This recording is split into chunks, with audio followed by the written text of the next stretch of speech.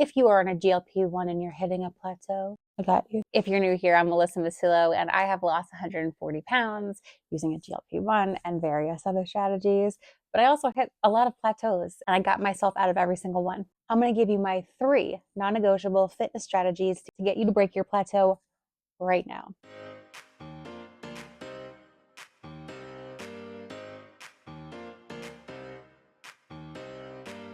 So a plateau is normal. We need to normalize this. A stall is completely normal. Plateaus can be a signal that your body is adapting. Weight loss curve or a body recomposition curve is never going to be a straight line or a straight line like this.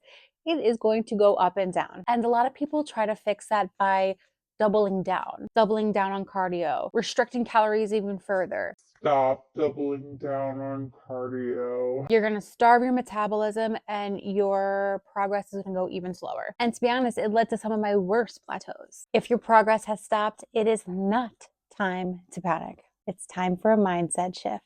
My number 1 strategy for breaking a plateau is shifting your mindset from burning calories to building muscle. Muscle tissue is metabolically active. And so the more muscle that you have, the more muscle that you carry, the faster acting your resting metabolism will be. And this is actually non-negotiable for a long-term maintenance plan. My actionable tip here is introduce progressive overload into your workout strategy. I have an entire video about this. You can go back and take a look if you're interested. I also have it explained in detail in my ebook, which you can also check out. The bottom line is whatever strength training routine you are going to start, you just have to make sure that you are consistently challenging yourself so that the 1 to 2 reps of your last set are failures, essentially. You're going to be basically barely hanging on for dear life with that last 1 to 2 sets. And my second strategy is NEAT, or NEAT. NEAT stands for non-exercise activity thermogenesis. Essentially what that means is that every calorie that's burned when you're not exercising, so when you're sleeping, even when you're eating, when you're laying down, when you're doing whatever, these are the calories that you're burning when your body is at rest. And so when you are on a GLP-1, your energy probably is pretty low or lower than usual. So this is your friend. Your goal is 8 to 10,000 steps per day, non-negotiable and a minimum. I'm a big fan of movement micro breaks. I work from home. I'm very lucky in this regard. So I'm able to sort of take little 5 to 10 minute breaks throughout the day. But if you can't, I think you'd be surprised at how many 5 to 10 minute windows you can find that can give you an opportunity for some gentle movement that you enjoy. That's the most important part. You have to enjoy it. A good tip for me is breaking down those 10,000 steps into 3 chunks so that I'm able to, I think about it like 3,000 steps around by breakfast, 3,000 steps at lunch, and 3,000 steps at dinner, or after dinner is even better. Walking after a meal is always great, lowers your blood sugar, by the way.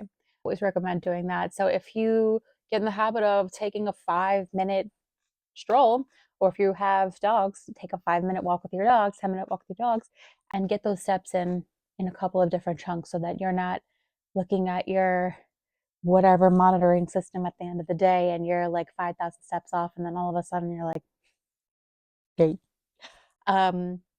This avoids that, and it gets you in a good routine of just keeping active movement throughout the day. I have a 15-minute arm workout, just dumbbells, that is also my channel. And later this week, I'm going to be dropping a 10-minute at-home workout that you can do anywhere. So check that out later. Add little movement breaks to your day here and there. Thank yourself later for it. You'll get better sleep too. Strategy 3 is hydration and hormones. Hydration and hormones, baby. The 2 H's, the double H, not the triple H, but the double H. So sometimes plateaus can be a stress response. And reducing cortisol is always going to be something that you're going to want to do. Cortisol is the stress hormone. It can affect fat on your belly directly. As someone who has PCOS and who has had insulin-resistant PCOS, the belly fat just accumulates there. And that is due to cortisol being free-flowing through the body when it's supposed to be at a regular normal amount. With hydration, you're going to want to aim for half your body weight in ounces of water a day throughout the day. Not chugging this before bed. And electrolytes are always a great addition to drinking just plain old water. If you are not into drinking plain old water, I highly recommend going and get yourself some hydration packs, some liquid IVs, or whatever you want to use to sort of amplify the flavor and the hydration. And adding electrolytes, low or no sugar electrolytes, by the way, can really help with GLP-1 hydration issues and fatigue. And with sleep, listen, I know we all try and we all just do our best, but hear me out. You should be getting at least 7+ hours of sleep a night. I know. And if it helps you and it helped me, get a little bedtime routine going for yourself so that it's not as throwing yourself into bed and then doom scrolling. We all do enough of that throughout the day. I also am a fan of putting app timers on some of the time sucking apps that take up some of my time throughout my day.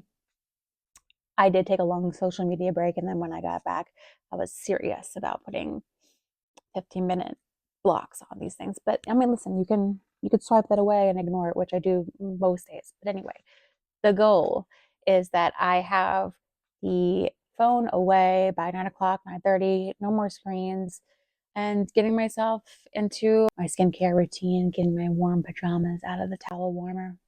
Ooh. Journaling, reading before bed, all these things can make you have a more productive sleep. And sleep routines are always great. I'm a big fan of sleep routines. With all of this said, don't overwhelm yourself. You want to just choose one of these strategies and work with that for a couple of weeks, and then in the new year, try another one. Go for it. I lost 140 pounds breaking plateaus using this framework, and I didn't use it all at once. These were things that I figured out over time, and now I'm passing along to you. So let me know what you think, or if you have any tips to help anybody out with their plateaus, make sure you comment down below. Next week, as we roll into December, I'm going to have for you a holiday survival guide. I got you. I've got all kinds of things coming your way. I'm Melissa Masulo. I'm your new fitness bestie. Make sure that you like and subscribe. See you next week.